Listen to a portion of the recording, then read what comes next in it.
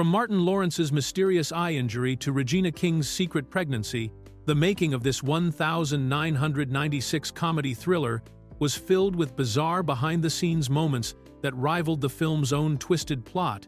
Hidden continuity errors, unexpected celebrity debuts, and production secrets reveal that the real drama happened off-screen, making this Fatal Attraction-inspired film far stranger than audiences ever realized. Fact 1. Martin Lawrence's only directorial effort. When Martin Lawrence stepped behind the camera for A Thin Line Between Love and Hate in 1996, he was taking on multiple roles that would have challenged even the most experienced filmmakers. Lawrence served as the movie's director, star, executive producer, music supervisor, and co-writer, essentially wearing 6 different hats throughout the entire production process. What makes this accomplishment even more remarkable is that despite the film's box office success, earning over $34 million against an $8 million budget, Lawrence never directed another feature film again. The movie marked Lawrence's feature film directorial debut at a time when his career was hitting new heights. He had just starred in the hit action comedy Bad Boys alongside Will Smith, and his Fox television sitcom Martin was drawing massive audiences and critical acclaim. With all this momentum behind him, many industry observers expected Lawrence to continue pursuing directing opportunities, especially given that A Thin Line Between Love and Hate proved he could handle the technical and creative demands of filmmaking while also delivering a commercially viable product. Production began on June 5, 1995, and wrapped on August 11 of the same year, with Lawrence managing the complex logistics of directing himself in nearly every scene. The film was shot entirely in Los Angeles, California, and Lawrence worked with a crew that included cinematographer Francis Kenny and editor John Carter to bring his vision to the screen. Nearly 30 years later, Lawrence has appeared in dozens of films and television projects, including the Big Mama's House franchise and various comedy specials, but he has never returned to the director's chair.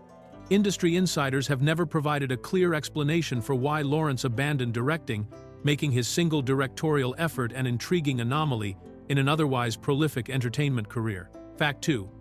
Tracy Morgan's forgotten film debut. Long before Tracy Morgan became a household name on Saturday Night Live and 30 Rock, he made his very first appearance in a feature film playing a bartender in A Thin Line Between Love and Hate, though most viewers would never know it because he received no credit whatsoever for the role. This small, uncredited part represents Morgan's earliest step into the world of cinema, occurring at a time when he was still grinding it out in the comedy club circuit and making occasional appearances on Martin Lawrence's hit television show Martin. During the mid-1990s, Morgan was working his way up through the New York comedy scene, performing at venues like the Uptown Comedy Club in Harlem and appearing on shows like Def Comedy Jam. His connection to Martin Lawrence's world came through his recurring character Hustle Man on the Martin sitcom, where he played a shady street vendor who would pop up selling questionable merchandise to the main characters. This relationship with Lawrence and his production team likely led to Morgan getting the small bartender role in the movie. The bartender scene takes place inside the nightclub called Chocolate City, where Martin Lawrence's character Darnell works as a manager and spends most of his time pursuing women. Morgan appears behind the bar during some of the club sequences, mixing drinks and interacting with patrons. But his role is so minor that casual viewers might easily miss him entirely. The lack of screen credit means that even dedicated fans of Morgan's later work often have no idea that he appears in the film at all. This forgotten debut occurred 2 years before Morgan joined the cast of Saturday Night Live in 1998, where he would spend 7 seasons creating memorable characters and establishing himself as a major comedic talent.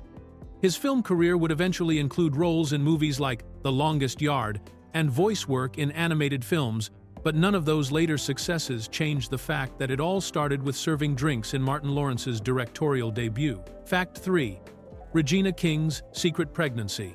Regina King managed to keep one of Hollywood's most challenging secrets throughout the entire production of A Thin Line Between Love and Hate, successfully hiding her pregnancy from the cast, crew, and director Martin Lawrence for the full duration of filming from June to August 1995. King played Mia, Darnell's childhood sweetheart, who returns to his life at the worst possible moment, and her performance required her to be on set for numerous scenes involving physical comedy, romantic moments, and dramatic confrontations without anyone suspecting her condition.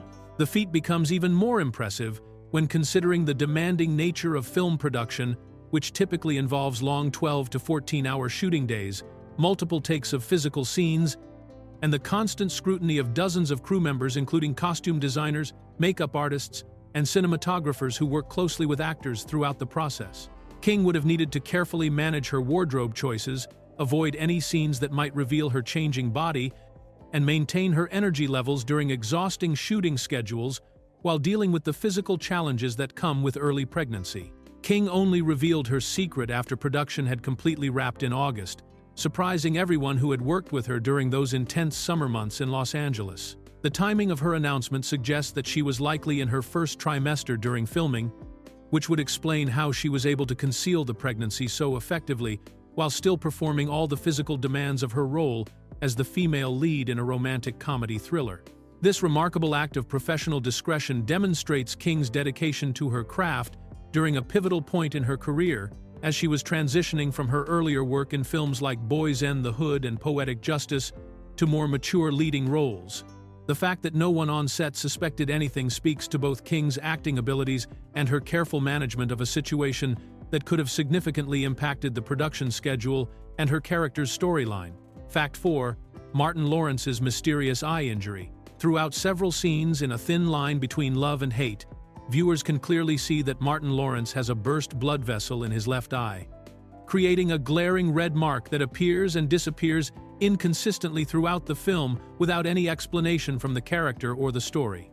This visible injury creates one of the most noticeable continuity errors in the entire movie, as Lawrence's eye condition changes dramatically from scene to scene, sometimes appearing completely normal, and other times showing obvious signs of trauma or irritation.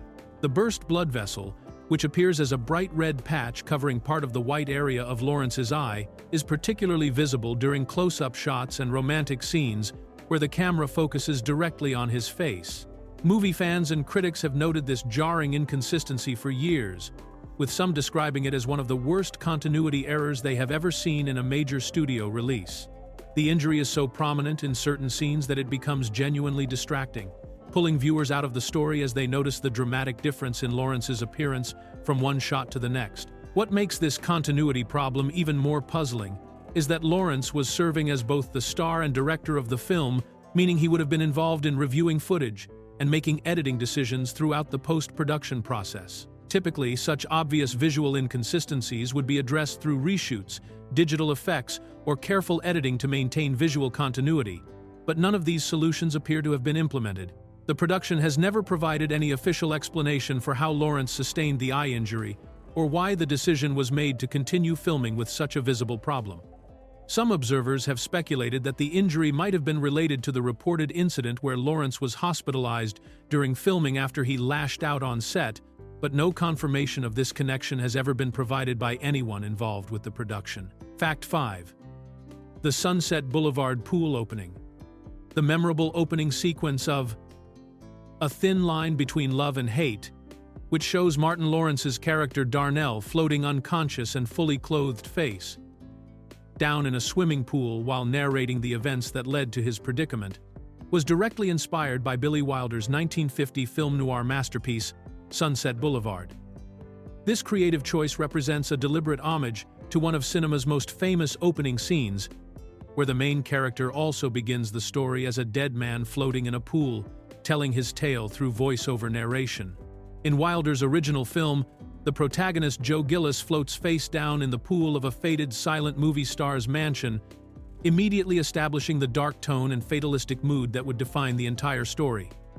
Lawrence and his co-writers adapted this concept for their comedy thriller, using the same visual technique of showing the aftermath first before flashing back to explain how the main character ended up in such desperate circumstances. The parallel becomes even more striking when considering that both films deal with themes of ambition, manipulation, and the dangerous consequences of getting involved with unstable, wealthy women. The decision to reference such a classic piece of Hollywood filmmaking demonstrates Lawrence's ambitions as a director to create something more sophisticated than a typical comedy, drawing inspiration from film noir traditions while updating them for a 1990s audience.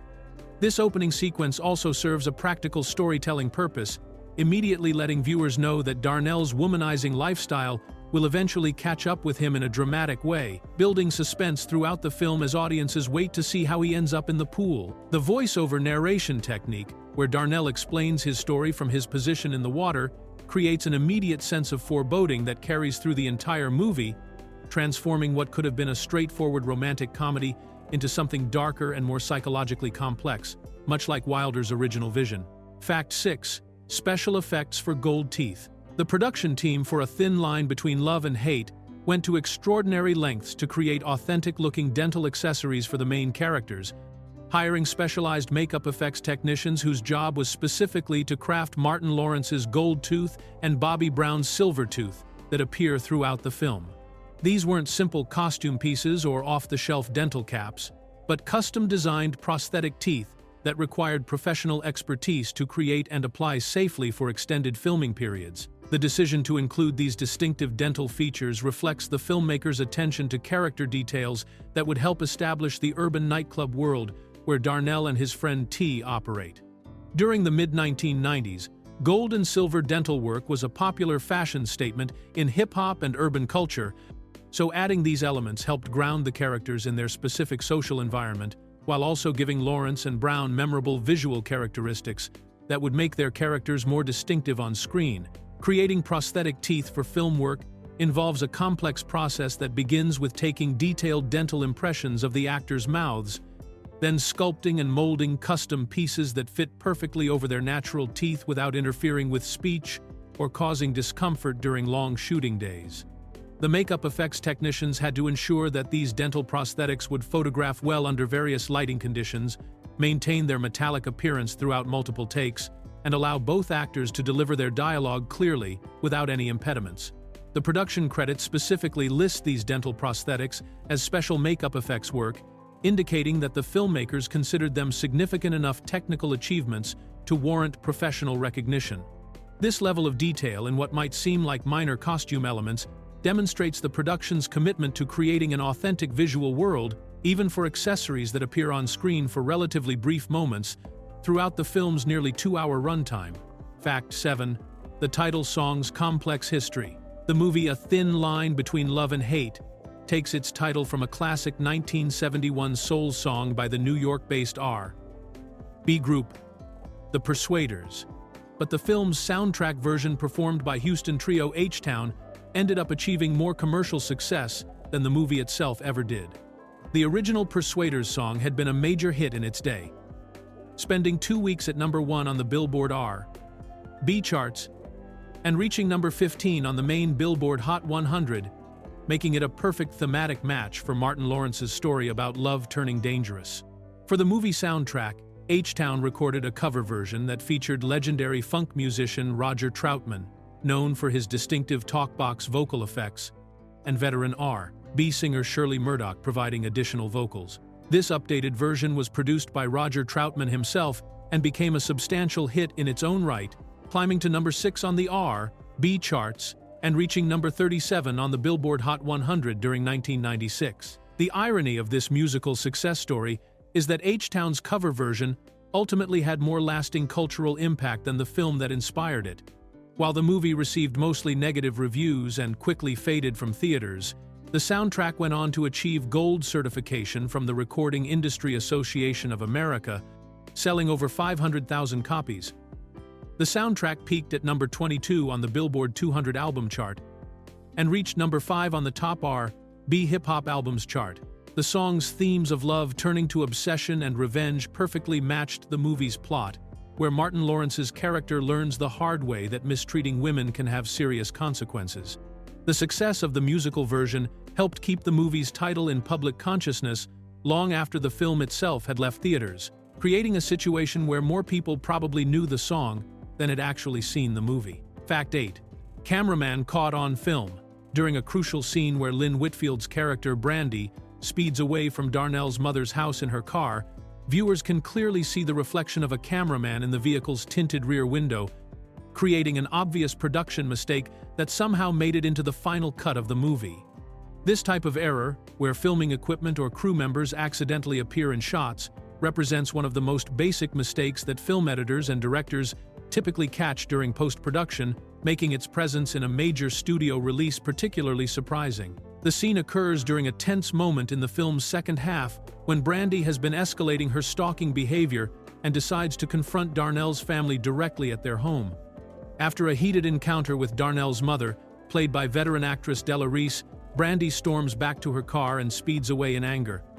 As the camera captures her dramatic exit, the reflection in the rear window clearly shows the silhouette of the cameraman operating the equipment, complete with the outline of the camera itself.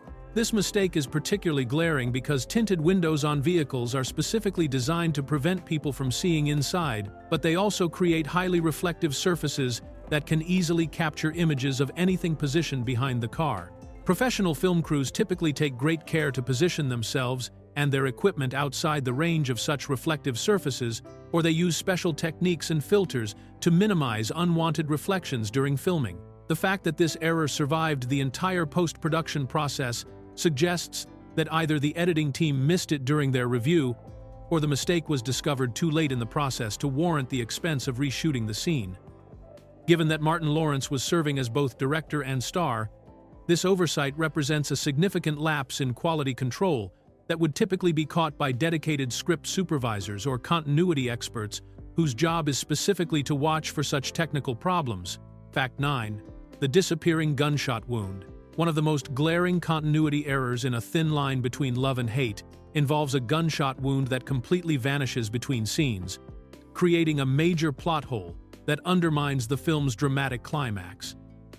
During the movie's intense final confrontation, Brandy shoots Darnell in the arm with a handgun, creating what should be a serious injury that would require medical attention and leave visible evidence of the violence that occurred during their deadly encounter. The shooting scene is filmed as a crucial turning point where Brandy's obsession reaches its most dangerous peak, and the gunshot wound serves as physical proof of how far she has descended into violent revenge against Darnell for rejecting her after their brief relationship. The injury appears significant enough that viewers would expect to see bandages, medical treatment, or at least some visible scarring or healing process in subsequent scenes, especially given that the wound was caused by a firearm at close range. However, when the film finally reveals exactly how Darnell ended up floating unconscious in the swimming pool that opens the movie, there is absolutely no evidence of any gunshot wound on either of his arms. The scene shows him clearly in the water with his arms visible, but there are no bandages, no blood, no healing wounds, and no scars that would indicate he had recently been shot by anyone, let alone during the dramatic confrontation with Brandy that supposedly led to his current predicament. This disappearing wound creates a significant logical problem for viewers trying to follow the story's timeline and understand the sequence of events that led to Darnell's hospitalization. The mistake suggests that either scenes were filmed out of order and the continuity was lost, or that significant portions of the story were rewritten or reshot without proper attention to maintaining consistency between the different versions of events that audiences see throughout the film. Fact 10. Cars that change mid-scene. During an important conversation between Darnell and Mia when she returns to his neighborhood, a parked car in the background of their scene undergoes a miraculous transformation from a Mercedes to a Volvo between different camera shots, creating one of the most obvious continuity errors in the entire film. This type of mistake typically occurs when scenes are filmed on different days, or when multiple takes are shot in locations where the background elements change between filming sessions, but it represents a significant oversight that should have been caught during the editing process. The scene takes place when Darnell encounters Mia and her cousin Peaches as they are preparing to go bowling, marking an important moment in the story where his past relationship with his childhood sweetheart begins to complicate his current pursuit of other women. The conversation is filmed using standard shot-reverse shot techniques, where the camera alternates between showing Darnell speaking and then cutting to show Mia's responses, with the background clearly visible behind both characters throughout their dialogue. Movie fans who pay close attention to background details have noted that the car parked in the driveway behind the characters switches from being a luxury Mercedes sedan to a completely different Volvo model during the final portion of their conversation. The change is particularly noticeable because Mercedes and Volvo vehicles have distinctly different shapes, sizes, and styling characteristics that make them easily distinguishable even when they appear as background elements in a scene. This continuity error suggests that the scene was either filmed across multiple days when different vehicles happened to be parked in the same location, or that different takes were shot at different times without anyone monitoring the background consistency. Professional film productions typically employ script supervisors whose specific job is to watch for exactly these types of continuity problems, making this mistake particularly surprising for a major studio release that had sufficient budget and crew to catch such obvious errors. Fact 11. The impossible phone dial tone. During a tense phone conversation between Brandy and Darnell where she calls him on his mobile phone, the filmmakers included a dial tone sound effect when the call ends, but this represents a technical impossibility since cellular networks do not generate dial tones when calls are disconnected. This audio mistake reveals the production team's misunderstanding of how mobile phone technology actually works, creating an anachronistic error that would have been immediately noticeable to anyone familiar with cellular phone operations during the mid-1990s. The dial tone sound that audiences hear is the continuous humming noise that traditional landline telephones produce when a phone is off the hook, or when a call has been disconnected on a standard home or office phone system. These tones are generated by the physical telephone infrastructure that connects homes and businesses through copper wire networks, and they serve as audio signals to let users know the status of their connection to the telephone company's switching equipment. Mobile phones, however, operate on completely different technology, using radio frequencies to communicate with cellular towers, and they do not produce dial tones when calls end. Instead, cellular phones typically either return to a menu screen, display call duration information, or simply go silent when a conversation is terminated. The absence of dial tones on mobile phones was well-established technology even in 1996, making this sound effect error particularly surprising for a contemporary film. This mistake suggests that the post-production sound team either used generic phone sound effects without considering the difference between landline and cellular technology, or they deliberately added the dial tone because they thought audiences would expect to hear it based on their familiarity with traditional telephone sounds from movies and television. The error demonstrates how even small technical details can create jarring inconsistencies that pull viewers out of the story when they notice that the audio does not match the visual technology being shown on screen. Fact 12. Martin Lawrence's on-set hospitalization. During the production of A Thin Line Between Love and Hate, Martin Lawrence was reportedly hospitalized after an incident where he lashed out on set, but the exact details of what happened and why he required medical attention have never been fully explained by anyone involved with the film. This mysterious event occurred while Lawrence was juggling the enormous pressures of serving as the movie's director, star, executive producer, and co-writer, creating a situation where he was responsible for virtually every aspect of the production while also performing in nearly every scene. The hospitalization incident has been documented in various entertainment industry sources, but the specific circumstances that led to Lawrence needing medical care remain deliberately vague. With no official statements from the production company, Lawrence himself, or any crew members providing detailed explanations of what actually transpired during the alleged outburst. The phrase "lashed out" suggests some kind of emotional or physical reaction that was serious enough to warrant professional medical intervention, but without additional context, it's impossible to determine whether the incident involved verbal confrontations, physical altercations, or health problems related to stress and exhaustion. This incident becomes even more intriguing when considered alongside other unusual aspects of the production, including Lawrence's visible eye injury that appears in several scenes throughout the film. Some observers have speculated that these two events might be connected, but no confirmation of any relationship between the hospitalization and the eye problem has ever been provided by anyone with direct knowledge of the filming process. The fact that Lawrence was able to complete the film and deliver it on schedule despite this disruption speaks to either his professional dedication or the production team's ability to work around whatever challenges the incident may have created. The mysterious nature of this hospitalization adds another layer of intrigue to a film production that seems to have been filled with unusual behind-the-scenes drama. Fact 13. The missing soundtrack track. The soundtrack for A Thin Line Between Love and Hate was originally intended to include 16 tracks, but most commercial releases mysteriously omit D'Angelo's Brown Sugar entirely, leaving consumers with only 15 songs and creating confusion among fans who expected to find the popular R&B track on their purchased copies. This omission is particularly puzzling because Brown Sugar was D'Angelo's breakthrough hit single that helped establish him as one of the most important neo-soul artists of the 1990s, making it a valuable addition that would have enhanced the soundtrack's commercial appeal. The missing track appears to have been removed sometime between the soundtrack's initial planning stages and its final commercial release in January 1996, but no official explanation has ever been provided by Warner Bros. Records or any other parties involved in the production process. Music industry insiders typically cite licensing issues, last-minute legal complications, or disputes over royalty payments as common reasons why planned tracks disappear from soundtrack albums, but none of these potential explanations have been confirmed in this specific case. What makes this omission even more strange is that the track listing on many releases still shows space for 16 songs, but Brown Sugar simply doesn't appear anywhere on the actual album, creating an obvious gap that suggests the removal happened very late in the production process. Some early promotional materials and reviews may have referenced the full 16-track listing, leading to confusion when consumers discovered that their purchased copies contained fewer songs than advertised. The soundtrack itself went on to achieve gold certification and significant commercial success without D'Angelo's contribution, reaching number 22 on the Billboard 200 and number 5 on the R&B hip-hop albums chart.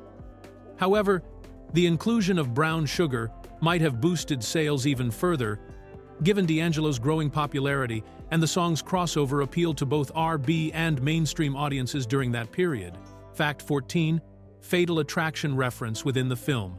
In one of the most brazenly self-aware moments in A Thin Line Between Love and Hate, Martin Lawrence's character Darnell explicitly mentions the 1987 thriller Fatal Attraction during a conversation with other characters, creating an awkward situation where the movie directly references the very film that clearly inspired its own stalker storyline. This meta-theatrical moment represents an unusual creative choice, where the filmmakers essentially acknowledge their own source material within the dialogue, rather than allowing audiences to make the connection independently. The reference occurs as Darnell begins to realize that his relationship with Brandy is spiraling into dangerous territory, and he compares his situation to the Michael Douglas character from Fatal Attraction, who finds himself terrorized by Glenn Close's obsessed character after a brief affair. This moment of recognition serves as both a plot device to show Darnell's growing awareness of his predicament and a winking acknowledgement to audiences who have undoubtedly noticed the similarities between the two films' basic premises. Film critics and reviewers noted this self-referential dialogue as particularly problematic because it draws attention to the obvious parallels between the movies at a time when audiences are already making those same comparisons. Rather than creating an original thriller that happens to share similar themes with Fatal Attraction, the explicit reference makes it clear that Lawrence and his co-writers were consciously adapting and updating the earlier film's concept for a 1990s urban setting. This kind of direct acknowledgement of source material is relatively rare in Hollywood films, where writers and directors typically prefer to create the illusion that their stories are entirely original, even when they are clearly influenced by or adapted from earlier works. The decision to include this reference suggests either remarkable confidence in the film's ability to stand on its own merits, or perhaps a lack of concern about highlighting the derivative nature of the basic plot structure. Fact 15. The night-to-day time warp. One of the most jarring continuity errors in A Thin Line Between Love and Hate occurs during a crucial sequence where Darnell leaves the Chocolate City nightclub in complete darkness after Brandy has set it on fire, but when he arrives at her house to confront her about the arson, the scene is filmed in bright daylight with no explanation for how several hours have mysteriously passed during his journey. This dramatic shift from night to day happens without any transitional scenes, title cards, or dialogue to indicate that time has moved forward, creating the impression that Darnell has somehow traveled through a temporal wormhole during his drive across Los Angeles. The nightclub fire scene is clearly filmed during nighttime hours, with dark skies visible through windows and artificial lighting illuminating the characters as they deal with the emergency situation caused by Brandy's escalating revenge campaign against Darnell. The urgency of the moment suggests that Darnell would immediately rush to confront Brandy about her destructive behavior, making the sudden appearance of daylight even more confusing for viewers trying to follow the logical sequence of events. When Darnell arrives at Brandy's house, the sun is shining brightly, casting clear shadows and providing natural lighting that indicates it is well into the morning or afternoon hours.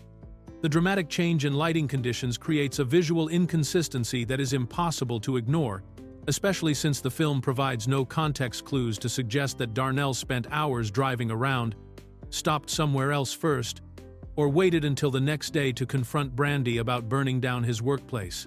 This time warp error suggests that the scenes were filmed on different days or at different times, without proper attention to maintaining continuity between the connected sequences. Professional film productions typically use artificial lighting and careful scheduling to maintain consistent time periods across related scenes, making this mistake particularly noticeable for a major studio release with sufficient budget and crew to avoid such obvious technical problems.